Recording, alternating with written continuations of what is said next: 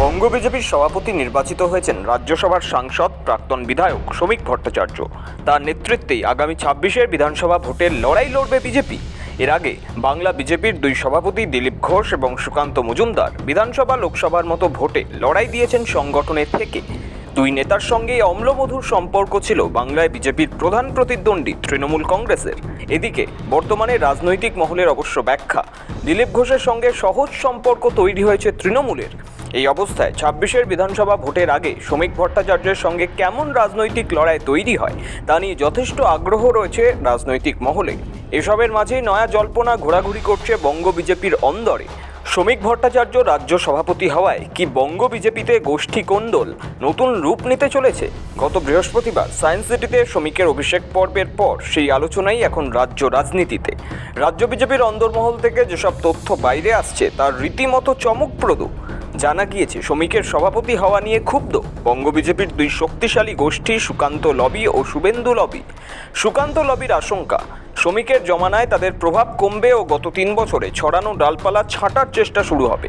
এদিকে শুভেন্দু অধিকারী চটেছেন বৃহস্পতিবার সায়েন্স সিটির ভরা প্রেক্ষাগৃহে সরাসরি তার চড়া হিন্দুত্বের লাইনের উল্টো কথা বলে সংখ্যালঘুদের সমর্থন চেয়ে শ্রমিকের বক্তব্য।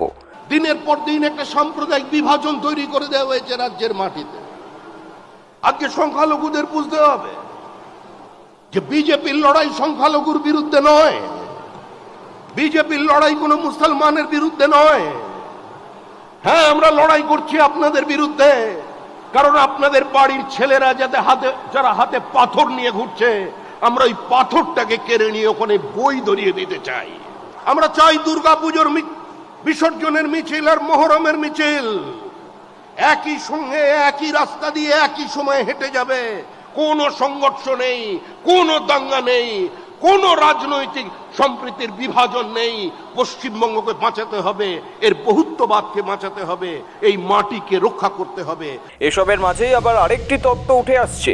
অনেকের অঙ্ক গুলিয়ে দিয়ে শ্রমিক ও দিলীপের মধ্যে নতুন এক আঁতাত তৈরি হওয়ার গল্প শোনা যাচ্ছে। দিলীপ ঘোষ আগেই দাবি করেছিলেন যে সভাপতি পদের মনোনয়ন জমা দিতে যাওয়ার আগে শ্রমিক ভট্টাচার্য তাকে ফোন করেছিলেন। রাজ্য সভাপতি হওয়ার পরেও তাকে শুভেচ্ছা জানিয়েছেন দিলীপ। তিনি একজন ভালো বক্তা, একজন ভালো ডিবেট করতে পারেন, পড়াশোনা করার অভ্যাস আছে, তথ্য যুক্তি দিয়ে করতে পারেন। আমরা তাকে সেভাবে দেখেছি। পার্টি মনে করছে এতে বেশি লাভ হবে। তিনি আমাদের পার্টির স্পোকসম্যান বহুদিন ধরে, ভালোভাবে পার্টির বক্তব্যকে রাখতে পারেন বিষয়কে। তো পার্টি মনে করেছে এর দ্বারা এই কাজটা ভালো হবে, তাই সেই কাজ দিয়েছে। সব মিলিয়ে হজবরল পরিস্থিতি। এর মধ্যে দাঁড়িয়ে আগামী বঙ্গ বিজেপিতে গোষ্ঠীদ্বন্দ্ব কমার বদলে আরও তীব্র হবে বলেই অনুমান। রাজ্য বিজেপির গোষ্ঠীদ্বন্দ্বের এই নয়া রূপ নিয়ে আবার নয়া তথ্য দিয়েছেন রাজ্য তৃণমূল কংগ্রেসের সাধারণ সম্পাদক কুণাল ঘোষকে। সাংবাদিকদের প্রশ্নের উত্তরে কুণাল বলেছেন, বিজেপি এখন নিজেদের নিয়েই ব্যস্ত। আগামী বিধানসভা ভোটে তৃণমূল কংগ্রেস বিপুল ভোটে জিতবে। দিলীপ ঘোষ আর শ্রমিক ভট্টাচার্য গোপনে একটা আঁতাত হচ্ছে সুকান্ত আর শুভেন্দুর বিরুদ্ধে। খবর নিচ্ছি ওটা কি হচ্ছে। কুণালের এই দিলীপ শ্রমিক আঁতাত মন্তব্যের আগেই অবশ্য শুক্রবার প্রাতঃভ্রমণের পর নিয়ম করে সংবাদ মাধ্যমের একের পর এক প্রশ্নের উত্তর দিয়ে খেলা জমিয়ে দিয়েছেন দিলীপ। তিনি কি তৃণমূলে চলে যাবেন?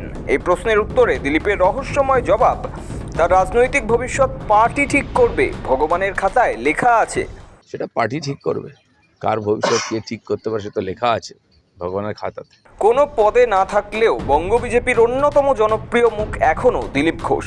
দিলীপের এই মন্তব্য নিয়ে প্রতিক্রিয়া জানাতে গিয়ে কুণাল ঘোষ ফের কটাক্ষে বিঁধেছেন। কটাক্ষের সুরে প্রশংসাও করেছেন দিলীপ ঘোষের।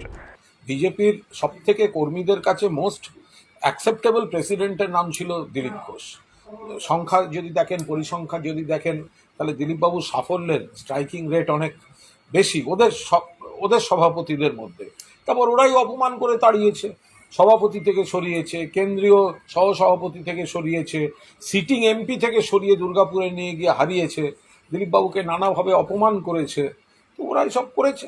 এখন শুনছি যে দিলীপবাবু আর নতুন সভাপতি প্রচুর কথাবার্তা চলছে এই তৎকালদের বিরুদ্ধে। বিজেপি আসলে নিজেদের নিয়েই ব্যস্ত।